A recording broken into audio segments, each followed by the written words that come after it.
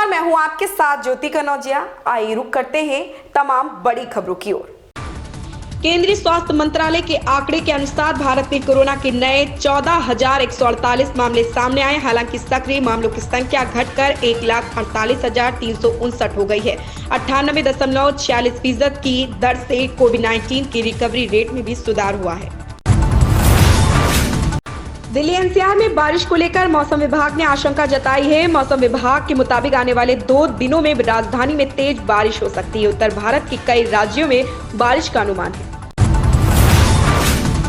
अमित शाह ने कहा, हम पर भरोसा रखें, हम पहाड़ों और मणिपुर के सभी कुकीज संगठनों से वार्ता करेंगे और युवाओं को देश की प्रगति में साझेदार बनने का मौका देंगे। उन्होंने दावा किया है कि असम में बोडोलैंड का मुद्दा सुलझा लिया गया है।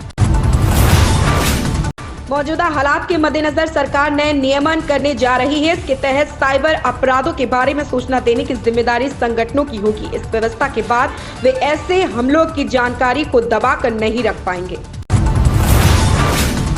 यूपी विधानसभा चुनाव के चौथे चरण का मतदान बुधवार को संपन्न हो गया है। 9 जिलों की 59 सीटों पर 61.65% वोटरों ने अपने मताधिकार का प्रयोग किया। वहीं डीएम अभिषेक प्रकाश के अनुसार लखनऊ में 61% मतदान हुआ। यहां अब तक का सबसे अधिक मत प्रतिशत है। इसके साथ ही 624 प्रत्याशियों का भाग्य ईवीएम में कैद हो गया है।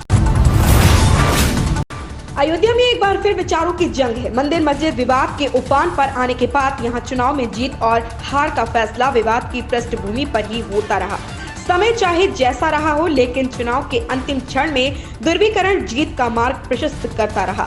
समय बदला, परिस्थितियां बदली, श्री राम मंदिर का निर्माण भी शुरू हो गया, लेकिन सियासत की अंतधारा में यह मुद्दा अब भी बरकरार है। इस बार के चुनाव में जीत हार की पटकथा इसी पृष्ठभूमि में लिखे जाने की कोशिश है। मुख्यमंत्री जयराम ठाकुर की तबीयत Indira Gandhi medical college IGMC Shimla अस्पताल में लगाए गए इंजेक्शन के रिएक्शन से ही ज्यादा बिगड़ी थी। इससे समस्या इतनी बढ़ गई कि उन्हें 4 दिन तक नई दिल्ली स्थित एम्स में दाखिल रहना पड़ा। अब मुख्यमंत्री पूरी तरह स्वस्थ हैं। भारत पाकिस्तान अंतर्राष्ट्रीय सीमा से लगे अरनिया इलाके में ड्रोन दिखाई देने के बाद सर्च अभियान चलाया गया। पूरे इलाके में बड़ी संख्या में सुरक्षा बलों के अलावा अन्य एजेंसियों जांच कर रही है। पुलिस अधिकारियों के मुताबिक इलाके में सभी प्रकार की सुरक्षा व्यवस्था कड़ी कर दी गई है। इससे पहले भी कई बार इलाकों में ड्रोन दिखने की घटनाएं हो चुकी हैं।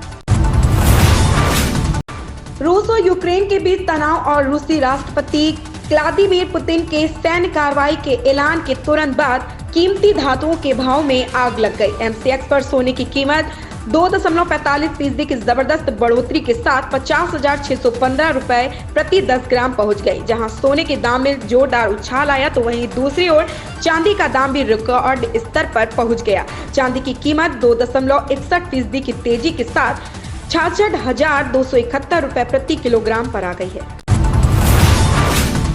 रूस और यूक्रेन के बीच जारी संघर्ष और रूसी राष्ट्रपति व्लादिमीर पुतिन की सैन्य कार्रवाई के ऐलान के बाद जहां एक ओर दुनिया भर के शेयर बाजार धराशायी हो गए, वहीं दूसरी ओर कच्चे तेल की कीमतों में भी आग लग गई है। गुरुवार को ब्रेंट क्रूड का भाव पहली बार $100 प्रति बैरल के पार पहुंच गया। 8 वर्षों में पहली बार ब्रेंट क्रूड का भाव इस रिकॉर्ड स्तर पर पहुंचा है। इन खबरों में बस इतना ही। धन्यवाद।